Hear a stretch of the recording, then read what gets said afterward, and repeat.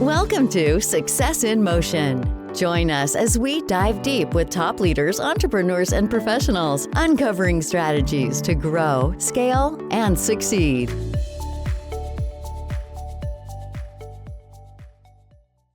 Hey guys, and welcome back to the Success in Motion podcast. I'm your host, Michael Bishop, and I am here with Bill Knight. Now, Bill has been in the automotive industry for 40 years, but he hasn't always been there. He actually started out filling potholes in a road crew. I'll let him tell you more about that, but he has moved from filling potholes to owning his own car dealership, where he has 5 locations in eastern Oklahoma. And he has been the owner of a dealership for at least 17 years and counting. Bill, welcome to the show. Thank you, Michael. It's really glad to be with you today and tell the story. We're grateful to have you here. So, Bill, give me a snapshot of your business right now. What's going on? Yeah. So, we have 5 dealerships, 6 brands. 3 of those are Ford, Bill Knight Ford in Tulsa, Bill Knight Ford of Stillwater, Oklahoma, Bill Knight Ford of Bartlesville, and then we have Lincoln and Volvo in Tulsa, and also we picked up the Mitsubishi brand about a year ago. So 320 employees, started in June of 2008. We started with really 1 dealership then, 150 people. Now we're 5 dealerships, 6 brands, 320 people. Nice. Bill, I'm gonna call you out here. There's a lot of car dealerships out there. There's a lot of competition. Yeah. What is it that makes you what sets you apart from everybody else? Yeah, it's a great question. We when we started, we purchased the dealerships from Penske Automotive Group. I'd worked there for about 8 years. Was fortunate enough to be able to buy the Ford store and the Lincoln Volvo store from them back in June of 2008. I had this vision, I told our team that, my vision was we were going to be the #1 Ford dealership in Oklahoma. And that was what we were going to work really hard on. And I remember leaving that team meeting feeling some rolling of eyes behind me as I left. And because at that point, our dealership in Tulsa had really never been the #1 store in Tulsa, let alone the #1 store in Oklahoma. So I think a lot of them thought, yeah, great, I'm sure. So, and we've been fortunate. We became the #1 Ford dealership in Oklahoma in 2009. We've been the #1 volume Ford store in Oklahoma for the last 16 years. So I said that first one was hard, and then it gets harder, the pressure of keeping that up year after year. But I think, we set out a goal. We clearly communicated what that goal was. I think everybody wanted to get on board with that, and that's probably been something that has motivated the whole team. And I would say, if you ask what's the difference, Michael, there's a lot of different ways to do things. We try to keep things really simple, and we try not to make it hard. I think people have a lot of better things to do than spend 5 hours at a dealership. So we keep things really simple. We're a long tenured, low turnover team. So people, I think, like dealing with familiar faces. There was a lot of familiar faces here. And so we've been able to build careers, and I think those careers then build retention within the sales and service side. So you said that you had a goal, which is awesome. I love goals. Most people set their goals too low, I think, and they achieve them, and then they just coast from there. You set your goal to be #1, Right. and so it's said that it's easier to be the underdog and come and take #1 than it is to hold that #1 position. And you said you've held that position for how long? 16 years. For 16 years. What is your secret to holding on to that title for so long? Yeah, I think you're right. I think it was easier to come from an underdog role than to be that guy on the top for 16 straight years. And we've seen a lot of number 2s and a lot of number 3s come and go, and everybody thinks there's secret sauce to it, and there really isn't. Right? There's just, I think we're very consistent. I think the tenure of our team and the makeup of our team is a difference maker for us. We really value the sales floor and the sales position. So we work hard not to flood the floor with salespeople. We want everybody to make a great living. And we've proved to people over time too that we want you to have a career with us. So I think, once we have that kind of career path and people that have worked with us for a long time, that affects retention. It affects, friends and family, and they know people are going to be here for a long time. So I think there's a trust that comes with that as well, and I think that's helped the retention. And then, last month we did something kind of unique. We had never been, so we bought the Stillwater dealership about 9 years ago, and in the month of May, the Tulsa store was the number one volume Ford dealership, and the Stillwater dealership was number two. And we had never done that before, but I think it shows, right? We're a competitive bunch. The team in Stillwater was looking to knock off Big Brother in Tulsa, and everybody, there's a competitive spirit that goes with that. So I think that keeps everybody operating at really peak performance. Yeah, and the number one group, they can't let Cannot let Little Brother win. That's exactly right. There was a lot of pressure that last week or so. But it was fun. I mean, I think at the end of the day, everybody wants to have the group do well, and everybody was pulling for everybody. So earlier you mentioned that nobody wants to spend 5 hours in a dealership trying to buy a car. I just went through that process. I recently picked up a beater car to get me around town here and there, so I'm not putting a bunch of miles on my Suburban. And I'm trying to figure out, why is it that it takes so long to buy a car at a dealership? And what are you doing to reduce that time? Yeah, that's a great question. Well, I think today it's easier to reduce that time. Most people, people say, how many people do business on the internet? Well, the answer is 100, right? You've done some research, you've done something on the internet, and then the question becomes how far along that wants to go. But I think what we try to do is really respect people's time, and we don't spend a lot of time negotiating back and forth. There's a number we're trying to get to, and obviously people want to feel like they win. People want to, and so we just try to get there quickly, and then we don't, we try to be prepared. And most, we do spot deliver, like, deliver at the time we sell the vehicle, and we also schedule deliveries, so when that person comes in for their appointment and they've done all the work online, there's nothing more frustrating than I do all that work online. I give you all my information, and then you come to the dealership and have to do it all over again. So we work really hard not to have to do that, and let that information find its way into our business office. So we're prepared when you come in. And I think all of those things really kind of condense the time period that you're here to buy a car. That's awesome. So I had this issue. I was just trying to figure out the price on a car.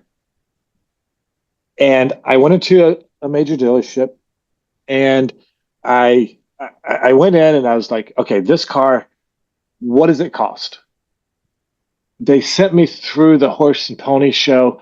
I had no intention of buying that car. I just wanted to know the price so that I could get a bearing of where I needed to be. Right. And it literally took them 45 minutes to tell me the price of a car. Yeah. Why do people do that? Yeah, that's a great question. It's hard for me to know what motivates everyone, but I know what motivates us, and that is transparency, integrity. We've been here a long time, and we have 330 people that live here, work here, play here. Our reputation's important to me. It's important. I always tell our team, I represent them, they represent me, and so we're all about transparency. It shouldn't be that hard. And I'll use the internet again as an example. If the price online is $65,372, if you call or if you come in, that should be the price. There shouldn't be a hard way to get there. And sometimes there is, sometimes maybe for good reason, most of the time for not good reason. We just try to get there quickly, and we're proud to say, like, whatever it says online, that's what you can buy it for. Whether you finance it, whether you have a trade in, the price is the price, and we feel really strongly about that. Yeah, it sounds like you've set your model up in transparency and just not wasting people's time, right? Which helps you get on to the next person if I'm not interested. I didn't want to waste 45 minutes of my life or his life. I just want to know how much the car was so that I could make a decision. No, that's not the car that I get, but I know now this car is valued at this, so I can go and look at the one that I actually want to see a good comparison of what the value is. But I didn't even look on the lot at any other cars because it took me 45 minutes just to find out that first price. Yeah, yeah, And so he that's lost a customer. yeah, that's not a great experience. And Um, again, what I would say too, I'm big, we try to put ourselves in the shoes of not only the consumer, but also our salespeople. yeah. That we want to have a professional, tenured group of salespeople, and trying to have to explain a 45-minute dissertation on what the price of the car is doesn't put them in a great position to succeed either. And so I think we Yeah. work really hard to try to not make that happen. Awesome. Well, but what has been one of the biggest challenges you've had to overcome in your career? Michael, I think when I think about my career, I spent 14 years at Ford, big public company. Then I spent nearly 9 years at Penske Automotive, a public company. And then, I woke up on June 1st of 2008 as a business owner, first time in my career. And that transition, people say, did you put everything you had into it? And I would say, I put everything I had in it and a lot of stuff I didn't have in it to make. So the choice of being successful wasn't really a choice. We needed to make it work. And I think, recognizing and moving beyond, it's hard to coach every possession and be that involved in every decision. There's a great book that written by a great friend of mine called "Be the Sun, Not the Salt," and it's been super helpful for me. I'm not a voracious reader. It's a 31 chapter book, 74 pages or something, and it's really more of a reference book. And the one thing that I remember early on, there's a chapter called "Assume Positive Intent," and that's when you realize people don't show up at work expecting to really mess up that day. And because there were many times where I would go home and think that I'm the only one that cares. I'm the only one that's working hard. And I learned quickly, one, not great for mental health, not great for, just general outlook. And two, it's not true, that people generally are here to see us do well. And we may make a mistake from time to time. Being able to assume that everybody's here to do a good job, and keeping that in the back of my brain, it was helpful for me, and being able to deal. It's a retail business. And you're dealing with the public. I mean, there's going to be good, bad, and ugly, and the ability to deal with that on a daily, hourly basis sometimes was something that I had to learn. And again, learning in a way that's constructive, not destructive to either me or our team. Yeah, there's a lot there that you just unpacked. Typically, when you go from working for somebody to working for yourself, most people do that. And maybe not in the automotive industry, but in general, in business.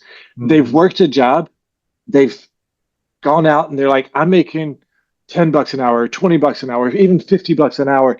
But I'm looking at the owner, Bill, and he's making $150 an hour for what I'm doing. I should be making that money. I'm going to go take his job. And I'm going to go. But what they don't realize is Bill has a lot of stress.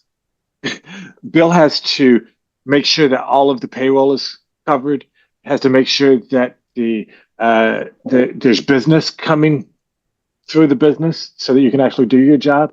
Bill has to That's make right. sure that all of the behind the scenes paperwork gets done. Has to Right. make sure that you know what you're doing because there's nobody that Bill can go to say, how do I do this? Bill is the guy that everybody goes to how do I do this? And so, Yeah. That's right. how did you overcome that? Being good at doing a job and being an employee, making that shift to actually being an owner. Yeah, I think that you come to realize that you can't do everything. You can't know everything. And so then, surrounding yourself with people that have the same core values, that have the same vision, that was important to me. And I would say, generally the team that was here when I worked at Penske Automotive was the same team that stayed with me. We put people in some different positions to try to take advantage of the best talent we could get. And so, trusting them and letting them know that you trust. But then if you think about, June of '08 was right before the financial crisis, and kind of hit in August and September. And so not only were we brand new with no margin for error, that was also a weird time. And the automotive industry was really struggling. That's when, you think about the bailouts happened. I remember being at a meeting in March of '09 and talking about whether, GM was going to go bankrupt. At the time, Chrysler was going to go bankrupt and Ford might go bankrupt. And I said, I've been a dealer for 6 months. I don't even know what that means. So, being able to keep the thought process and your emotions above all that. Because you also learn too that, I know when people saw me walking across the showroom that people were looking to me, is Bill nervous or is this going to be okay? And, and everything speaks. So I think that's the other thing is that, I'm generally a guy that's got a fairly long fuse, and, so being able to deal with that kind of comes naturally. But it was certainly a stressful time. I'm sure that was a stressful time starting out something new, especially in '08. Yeah. Now, if you look at the economy today and you compare that to '08, there's a lot of similarities. There's a lot of fear in the air. There's a lot of issue. I mean, with the tariffs that's happening, the change, the direction that Trump has taken the economy, love him or hate him, he's who we have, right? He's steering the country in the direction that we're going. Some people are terrified that he's going to run us in the ground. And other people are saying that he's the savior going to come and bail us out of all of the troubles that we have, right? How are you using your experience from '08 and getting through all of that to prepare your company to get through what we're going through right now? Yeah, Michael, that's a great question. I think we've used what we learned in '08, and we used that when COVID hit. And, that was a time where no one knew what was going to happen. I'll never forget. I think it was March of 2020 when we went to a double shift to get less people here, not knowing what that was going to look like. Luckily, Oklahoma was a pretty open state. We were able to kind of keep going. But I think what I've learned, whether it was the financial crisis in '09, COVID in 2020, the chip shortage in 2020, to the tariffs in 2025, is that we're going to be okay. We're not gonna compromise our core values. We didn't charge over MSRP during the chip shortage. That was, to me, long term, short term. We take the long term. So I think keeping an eye to the long term, and then knowing now, probably having more confidence than I do today than I did in '09, but being able to tell the team we're going to be okay. And whatever the economy throws at us, whatever the tariffs do, we're going to figure it out. And I think giving that positivity and confidence to the team is helpful, I hope. And but that's something that we work really hard on. Yeah, that is an excellent point. The entire team, you said you have 300 employees? Right, 330. Mm-hmm. 330 people, they're all looking to you for direction. Right. Yeah, you don't necessarily have to go out and sell every car or buy every car, do everything, but you do have to give the direction of the company. You have to give the big smile when you're terrified on the inside of what's going on. You have to be there and instill confidence in everybody else. That's right. What do you use to help you keep that confidence when the world's falling apart around you? I think some of it, I've done this a long time, and I've been fortunate or unfortunate to be in difficult positions over my career. And I think what I'm proud to be able to say is that, like, what you see is what you get with me. It doesn't, that we don't go through the emotional roller coasters and you can't let them see you sweat. You gotta, that's really important. Everybody whatever you're feeling on the inside. I know I have 330 people and their families that are reliant on us, and that burden we take seriously. And the other thing I would add to that, Michael, is, I know in my career that I wasn't at my best if I wasn't working for people that I trusted.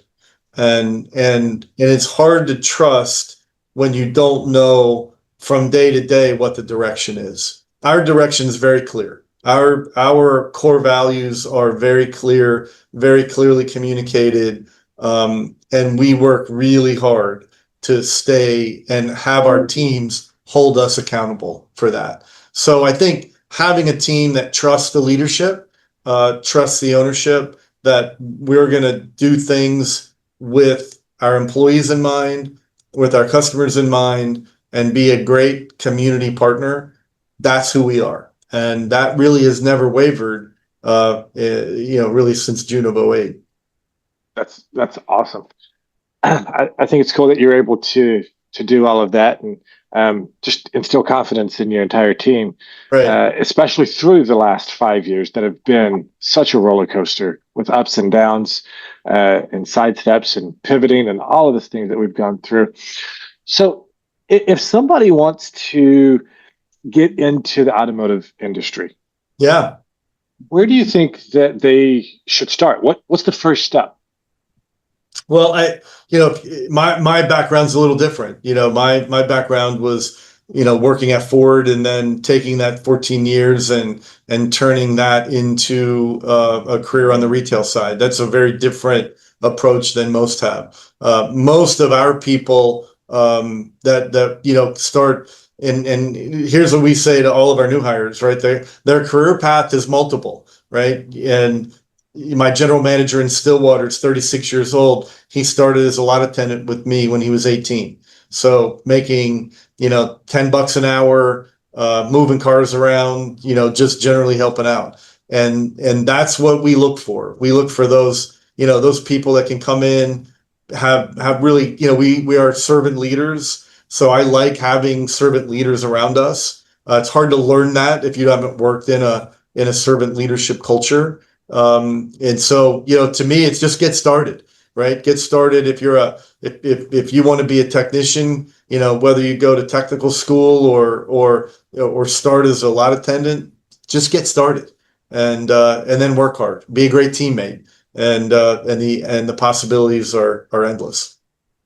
Yeah, it sounds like the biggest thing is you just need to get around the people who are doing what you want to do, Yeah. and then go and shine. Go Yeah. above and Right. beyond what you want. Yeah, that's right. I hear from time to time people say, "Find your passion." Well, I'm not a big believer in that. I'm a big believer. Find what you're good at. Find what you're good at, and then let that become your passion. And that's probably that's my story more than anything. I was not a passionate car guy. I've become a passionate car guy. But what I love about what we do are the people, the relationships, and everything that the business then allows us to do. And so, if you sit back and say, I'm going to be particular and I'm going to find my passion, it's hard to then be good at that. I'm a big believer in find what you're good at, or go become good at something, and then let that be your passion, and then off you go. Yeah, there's a lot of people out there who have passions that will never make them a dollar in Yeah, their life. No matter yeah, how much you want it to, it's going to be impossible or next to impossible to make a yeah. living off of your passion. But That's right. it's definitely easy to go find something that you're good at and then Yeah, figure out how to like doing it. that's right. Like you said with automotives, you don't have to necessarily enjoy selling cars, but if you enjoy everything that comes around selling cars, Right, that little piece that you have to do doesn't right. have to be your passion. Just That's right. mold what it is. So it, let's shift gears here a little bit. There's a buzzword going around, called work-life balance.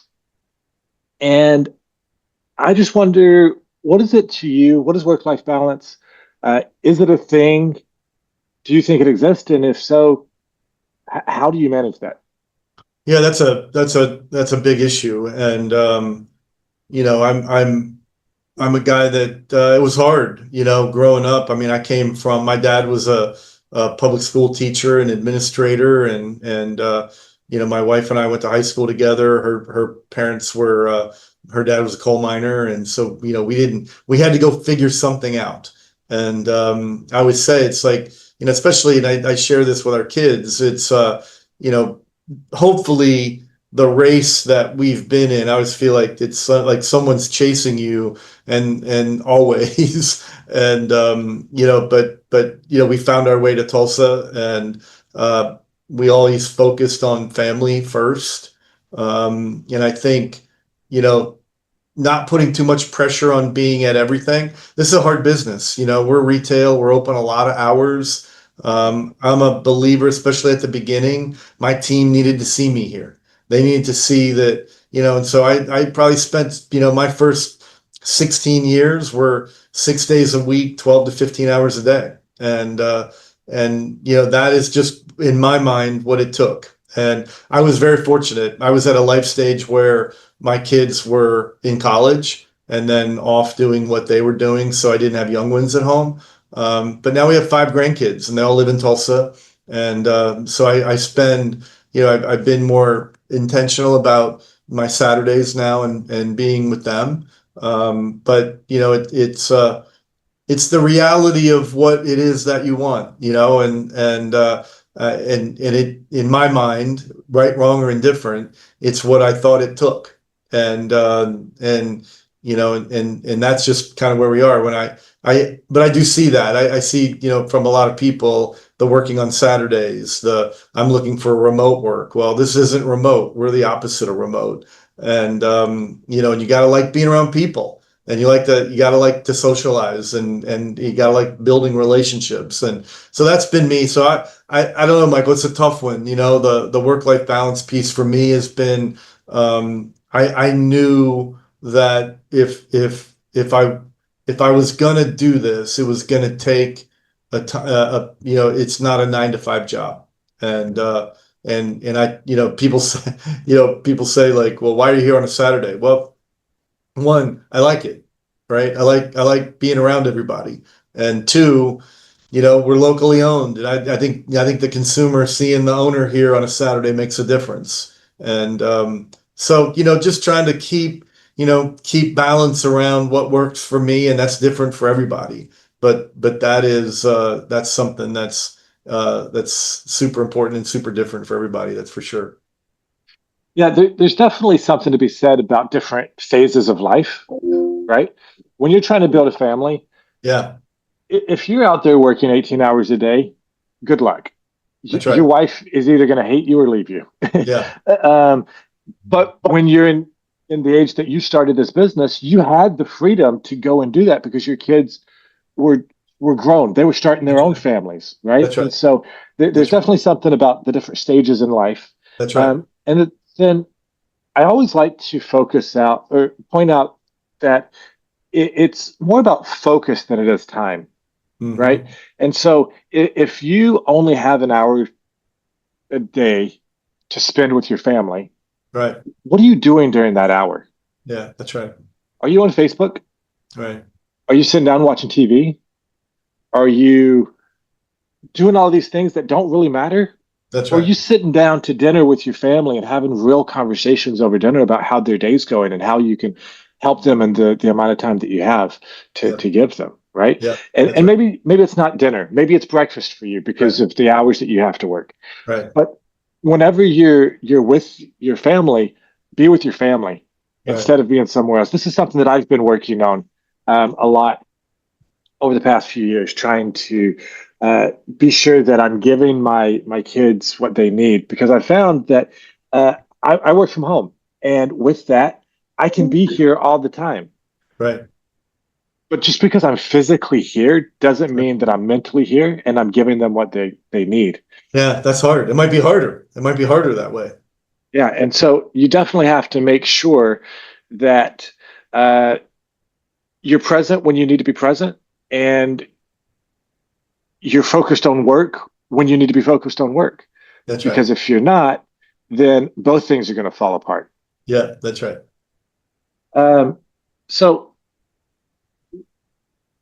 it looks like things are going pretty well for you in your business. It looks like your your different dealerships are doing fantastic, catching that number one spot for years running, coming up and catching that number two spot behind them as well. You seem to be at the top of your game. Things are going great. A lot of people are looking towards the future and how they can create passive income to enhance or even replace their current active income. What are your thoughts about passive income? Well, we are a landowner as well. So we are, we own all of our dealership properties now. That's something that I didn't have any opportunity to do at the beginning. We do own those, and but Michael, I have, and this is just me. I have learned. I know the car business. I don't know much else. And so the dealership income, how we make it here, that's really 100% of my focus. And honestly, what we really focus on is not income, but all the things that allow that to happen. And it starts with customer retention, great experience, great reputation, and so we work really on that. And I think that's really that. If there's anything, I don't really know outside of that. I don't really know a lot of other ways to make money. Yeah, that's a good point that I think most people miss in when they're trying to make money. People hear all the time, you need to diversify. You need to go invest in the stock market, get in as many different things as you can. Go start 15 businesses, do whatever you need to do. Diversify, diversify, diversify. Right. But it seems like you've taken a different approach, which reminded me of a thing that I once heard, that when people are telling you to diversify, you actually have to have something to diversify. When Yeah. you're just getting started, if you Yeah. try and be in everything, Yeah. you're going to get so far underwater, you're not going to keep up with any of it. Yeah. That's But right. if you go all in and you know the automotive industry inside and out, every aspect of the automotive industry, you're going to succeed because your focus is singular. Right. It's That's right. cars, right? That's right. And so Yeah. you grow that. And then eventually you get to a point where, yeah, this is going and it's doing well, and it doesn't require 100% of my attention. Right. At that point, you can start saying, okay, this car industry is uh, throwing off more cash flow than I need. And so I want to put that somewhere. And then Right. you go start looking at, well, let's look at the stock market. Let's Right. look at real estate. Let's look at different things, right? And so at that point, you can start doing it. But you always have to make sure that that doesn't become a distraction Right. from your main source of income. Yeah. I think that's exactly right. And I think, you have to be, we have to be really good at what we do at our core business. And it's hard to go do other things until you're really, really good at what you do. So, and the other thing that I would just touch on briefly is too, we've worked on now I have a son and a son-in-law in the business. And so Nice. over the last 3 years, we've really worked through that generational change of Bill's not going to be around forever. And what does that look for the organization? I feel like that's my responsibility to haul 100 or 330 employees and their families to make sure we have a good succession plan. And we've worked hard on that. And so, and it's also allowed me to pour more of my time into the community. This year, I'm the chairman of the Tulsa Regional Chamber, Nice. which is almost like a part-time or maybe a full-time job. So, when I have a chance to kind of change up a little bit, Tulsa's been really great for me and our family. And if we can use our experience to make Tulsa better, that's what we do. And so we've spent a lot of time with that this year as well. Fantastic. Well, as we wrap up our interview, what exciting plans do you have in the works for the next 6 to 12 months? Yeah, so we right now we're building a Ford Pro Elite Service Center. It's going to be one of 67 in the country. It's a 30 bay service center focused solely on commercial fleet and really growing that business. And then we also just bought some property for moving our upfit and accessory company from the building that they've outgrown in about 18 months to a bigger facility. So we have a big, and we just bought our Bartlesville dealership about 9 months ago. So we're getting our feet on the ground there. So two big construction projects that we've got going right now, and facilities are important to us. So I really care about where our employees work. So we're always doing something. We're renovating our used car facility right now to kind of modernize it. We just got through air conditioning all of our service shops, and giving our technicians a great place to work. And in Oklahoma, it gets pretty hot during the summer. So Yeah. doing that there's always something. But right now, a couple of big construction projects in front of us, and then just continuing to operate and operational excellence and focused on that. Bill, it sounds like you have a lot going on in the next 6 to 12 months. I hope that everything works according to plans. And again, thank you so much for your time today and sharing your insights and tips with us. If people want to connect with you, what should they do? Yeah, easy. I try to be really easy to get a hold of. So you can find me on our website, billknightford.com. In the staff page, I'm there with all my direct line and my email address. I'm active on LinkedIn. You can find me there as well. So just Bill Knight, and the Ford guy in Eastern Oklahoma. So yeah, easy to get a hold of. So thank you for that. Perfect. And that's Bill Knight with a K. It is. Well, guys, this has been another fun, adventurous episode of the Success in Motion podcast. We're glad to have you here, and we look forward to seeing you next time.